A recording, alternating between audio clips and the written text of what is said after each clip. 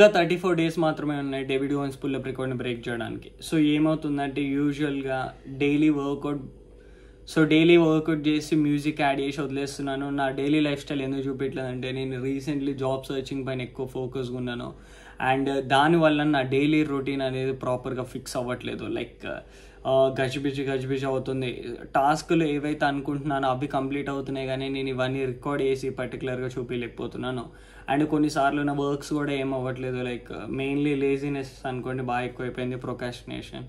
And ఇంకోటి వచ్చేసి జాబ్స్కి అప్లై చేసి లిటిల్ బిట్ బాగా టైర్డ్ అయిపోయినా నేను. లైక్ థింగ్స్ ఎలా అయితే అవుట్ సైడ్ ఈ కెమెరా ఆఫ్లో జరుగుతున్నాయి అవన్నీ నేను పర్టికులర్గా చూపించలేకపోతున్నాను, ఇట్లా జరుగుతుంది అది ఇది అనుకుంటావు. సో ఎందుకంటే అదంతా ఒక నెగిటివ్ స్పేస్లోకి వెళ్ళిపోతుంది. ఏంటిది ఊరికే నెగిటివ్గా మాట్లాడుతున్నాడు అన్నట్లు. సో లైక్ ఇట్లా బ్యాడ్ జరుగుతుంది అట్లా బ్యాడ్ జరుగుతుంది అని చెప్పేసి. సో ఆ సోదంతా మాట్లాడే టైం బొక్క అనిపిస్తుంది నాకు లిటరల్ ఎక్కడైనా లైక్ చెప్పినా కూడా. సో ఇట్లా జరుగుతుంది అట్లా జరుగుతుంది అని చెప్పేసి. అండ్ ఈరోజు వచ్చేసి చెస్ట్ వర్కౌట్ 100 weighted pull-ups.